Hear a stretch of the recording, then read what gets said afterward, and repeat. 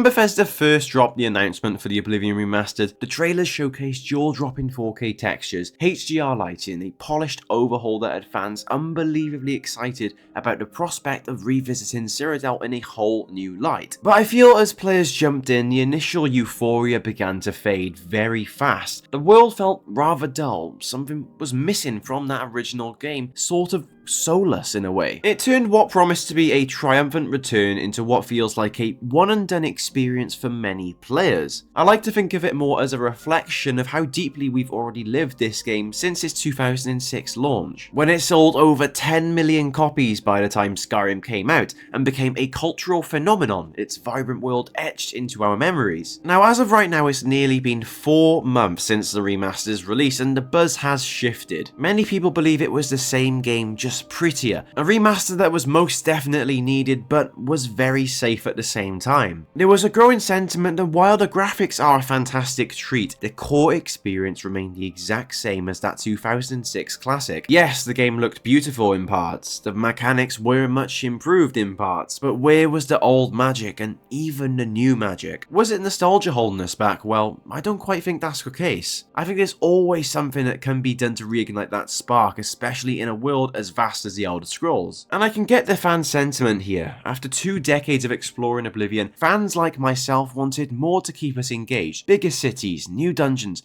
and overall expansion of the amazing world of Cyrodiil to reignite that sense of wonder and exploration. The remaster, despite that polished, felt like a fresh coat of paint on a beloved painting. Beautiful, but lacking the depth many craved. And I suppose that's where we come onto the topic of today's video, and that is Skyblivion!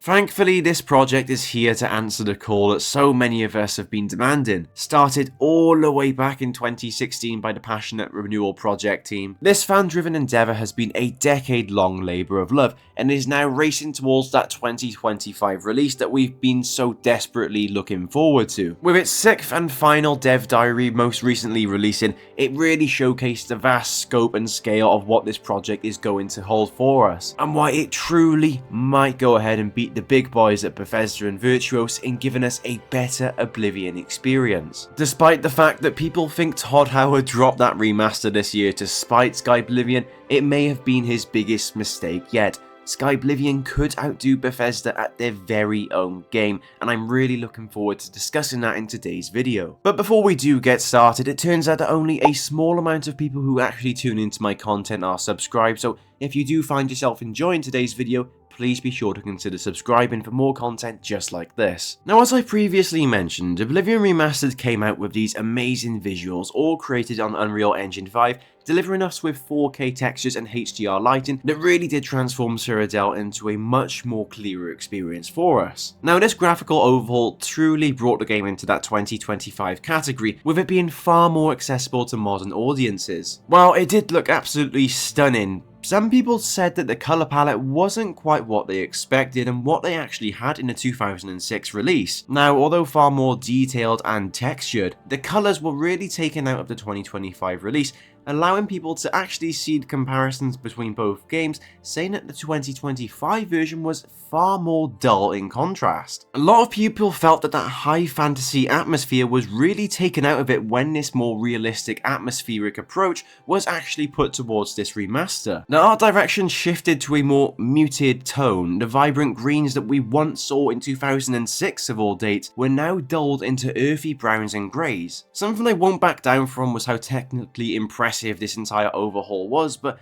it sacrificed a bright, dreamlike identity that really did make Cyrodiil special. Now, in comparison at Skyblivion, when we take a look at what the team over there is doing, it's kind of exciting in a way that we get to relive that 2006 classic that looks far more colourful and close to the original. The team used hand-painted textures in Skyrim's lighting engine to recreate that magical glow. It was actually mentioned on a dev diary how this process is going ahead. Artists studied Oblivion's original art direction, adding these subtle flourishes like shimmering water water effects, and dynamic weather cycles to enhance the immersion. The bright, vibrant colours are core to Oblivion's visual identity, and it seems that Skyblivion have absolutely nailed it from what we've seen here in these trailers. I feel like this would resonate with a lot more fans as a handcrafted homage outshining the remaster's automated polish, capturing the soul that I believe the remaster may have missed slightly. Many people might brush this off, like, why doesn't art style actually matter? Well, it is the essence of Oblivion's legacy. The remastered sort of muted realism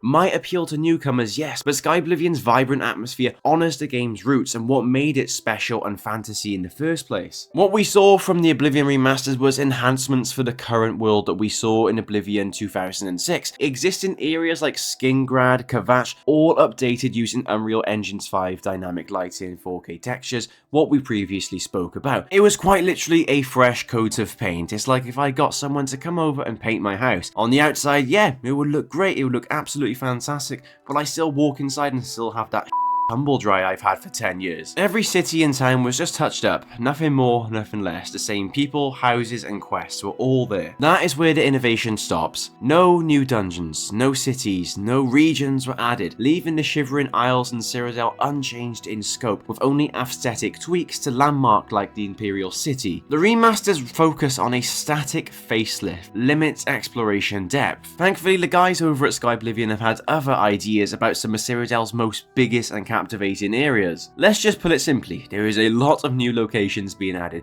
including revamped dungeons like new puzzles and traps, Oblivion gates redesigned with unique Daedric spawns. I always had that feeling, even in the original Oblivion, that when I walk into the Imperial City, the capital of all of Tamriel, it just felt too small. And yes, in 2006 I can totally accept that, but in 2025 I was still left rather disappointed about the scale and scope of the Imperial City. The world design matters so much. It's about the joy of exploration and honouring Oblivion's legacy at the same time, and the remaster's polish, yes, is appealing. Skyblivion's new content fulfills the craving for more in Tamriel. It is a true love letter to both Oblivion fans and adventurers. We're going to get new content never before seen, and they're absolutely going to honour the legacy of the original game, no doubt about it whatsoever. Those upgrades and additions we were craving in the 2025 remaster are going to be coming in a modded game. Yes, Skyblivion is going to redefine Cyrodiil's scope. Many of us have longed for new horizons, even in Cyrodiil, and Skyblivion is going to triumph this and is a dream come true for so many long-time fans. A part that's going to be so fantastic as well is for many Skyrim players right here, because the mod support is going to be absolutely incredible for Skyblivion. I'm personally not someone who has spent countless hours tweaking the game with community creations, but I can imagine so many people who play modded playthroughs are absolutely ecstatic with the prospect of adding their own combat mods, animation mods to the world of Oblivion. Your favourite combat mod? Yep, sure, you can add it right on in. Companion mod? Yep, go ahead. Lusty Argonian maid mod? Yep, I suppose you can add that from there again. Everything you experienced in Skyrim can be brought over to Oblivion, and for that is a big thumbs up. Mod support matters because it was the lifeblood of Skyrim. It gave everyone so much more replayability, and it's only going to help add to the lifeblood of Skyblivion as well as it did with Skyrim. After people have played that first original Skyblivion playthrough, they might want to go ahead and revisit it with their favourite mods. People have played countless of Skyrim playthroughs, but every time they've spiced it up with new mods that they found online. What is stopping this from happening with Skyblivion? Oblivion Remaster's mod support has been a letdown. Virtuos's shift to Unreal Engine 5, as warned by many people, means that all of the amazing mods previously created on Nexus mods are incompatible. Now, the Virtuos game site offers no official modding tools yet, leaving modders in the dark as well. When you do go ahead and create on Creation Engine, which yes does have its flaws but also is a modder's dream, you get to have so much more added to the game. There's so much I could cover that is going to be in Skyblivion, but I think it would be best for you to experience it truly for yourself. From unique armor sets and weapons to amazing new dungeons that are going to be added, this is going to be the greatest mod ever created. When you do enter that Skyblivion world for the first time, there's going to be that sense of nostalgia hitting you, alongside that giddiness you get when you open up a game for the very first time. Oblivion Remaster may have been released this year just to to try and stump these guys, to try and hinder their progress and downplay the achievement that they actually have on their hands right now. But I think if anything, it is going to be a big comparison to what these guys have actually done in comparison to Bethesda and Virtuos. The world design saw Skyblivion add over 50 new unique locations, Skyblivion's 70% Skyrim compatibility with all of the mods you're going to be able to bring over. The gameplay is going to be a blend of Skyrim's fluidity and Oblivion's depth, like dodge, rolls, combos, spells,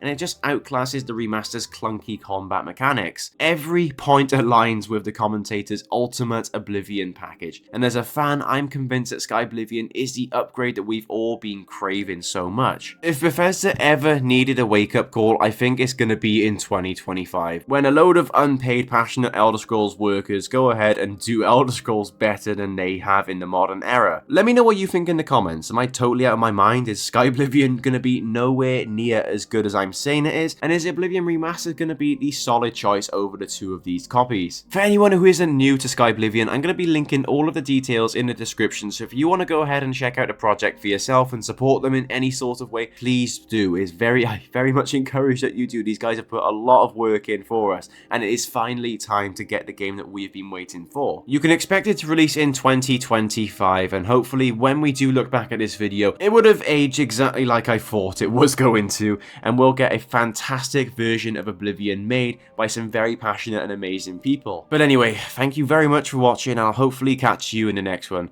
For now though, have a great rest of your day.